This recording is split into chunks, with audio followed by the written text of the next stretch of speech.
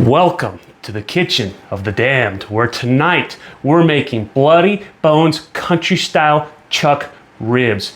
These bones are fall apart tender, dripping in a dark, sweet and spicy blood glaze. Think barbecue meets Halloween horror flick. So we're gonna dive into our recipes of spooky haunted spells. We're gonna light the candles, cut to the creepy music, and get cooking. We're starting with about 2 pounds of country style chuck ribs. Now you can go choice, prime. We're going with Wagyu because it's a good, inexpensive cut. You can go bone in if you can find them, but this is what we got. Now what I recommend doing is making sure that they're nice and dry, because we're gonna put a seasoning on them made out of smoked paprika, garlic powder, onion powder, a little bit of some mustard powder, salt, pepper, and a little cayenne if you want some of that heat. Now, if you want to take it a step further and get some of this color, I'm going with a chili rub. You can get it at your local grocery store. So, regardless, in order to get this to stick, we're gonna spray this down with a little duck fat. And of course, you wanna get all over, so that way this sticks to your meat.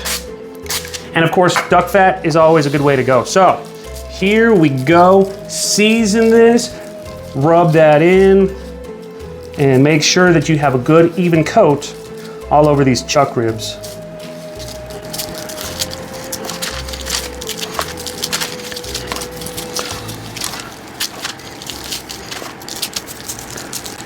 Now you want to make sure that you get this in every crevice, so that way you get flavor with every single bite.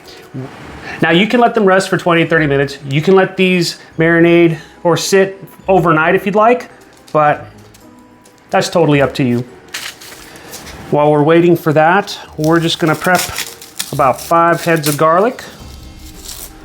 And all we're gonna do is cut the tops off, so add a little olive oil so we can roast these off, because nobody wants to be attacked by a vampire while they're enjoying their chuck ribs.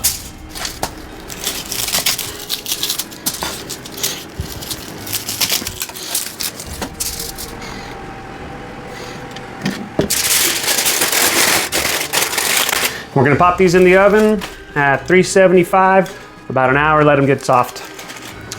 In order to make this blood glaze, we're gonna start with about a half cup of ketchup. I'm going with a black pepper ketchup, tablespoon of molasses, about a half cup of loosely packed brown sugar, about a quarter cup of apple cider vinegar, a splash of Worcestershire sauce, however you pronounce it. We're also gonna get a little bit of some hot sauce if you feel brave enough. Add a couple dashes of that. And then we'll add just a touch of cinnamon for that lovely warmth fall flavor. What we're gonna do is we're gonna mix this all up. We're gonna stir and simmer on low for about 10 to 15 minutes until it thickens into something that looks straight out of Dracula's cookbook. We've got 3 different ways that we can cook our bloody bones. Option 1, we're gonna do them in the oven. Set it to 300 degrees, lay your ribs in a roasting pan and a splash of apple cider or water. Today we're going with chicken broth because there's no flavor in water, and we want to also get as much flavor in here as we can, so that way we can cover them tightly with foil, bake for about 2.5 to 3 hours until tender, and then after that we're going to remove the foil, brush with our glaze, and broil for 3 to 5 minutes to get that caramelized crust of doom. Now, option number 2. You can cook low and slow over indirect heat, about 275 to 300 degrees for about 2 to 3 hours as well. In the last 30 minutes, brush them with that glaze and move them over to the direct heat to finish. Or you could do them in the smoker at 250 degrees and then smoke them for about 3 to 4 hours using your favorite wood. Glaze the last 45 minutes so that way the sauce can set and the ribs can glisten like a haunted treasure. Ooh, look at these though. They look great. Now again, you just want to cover these up, wrap them up tightly so we can pop them in the oven. And now for the magic trick. A few drops of red food coloring.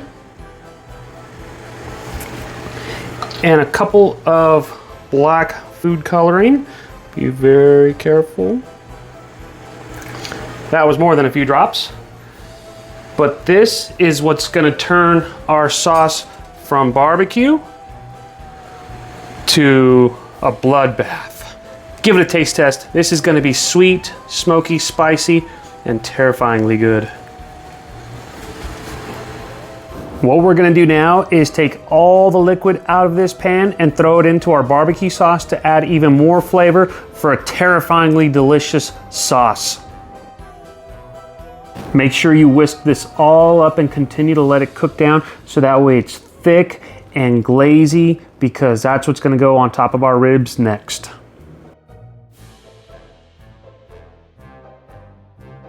At this point, we wanna brush each rib with the glaze. You wanna get this ready because we're gonna broil this 3 to 5 minutes to get that caramelized crust of doom on every single rib. So you wanna get every side of each rib. Trust me when I say you got plenty of sauce to go around. Once they're tender and glossy, it's time for the final scene. Brush one last coat of glaze, thick and sticky until your ribs are dripping in dark, bloody perfection.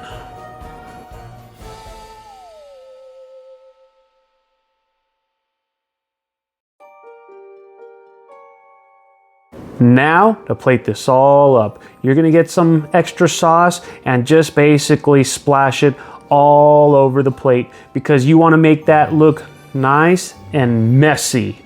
Then we're gonna get a little bit of some mac and cheese, because what goes better with some ribs than mac and cheese? Now you wanna start piling all of your ribs up around that mac and cheese. Take your time, make it look cool, make it look messy. It's totally up to you on how you wanna do this.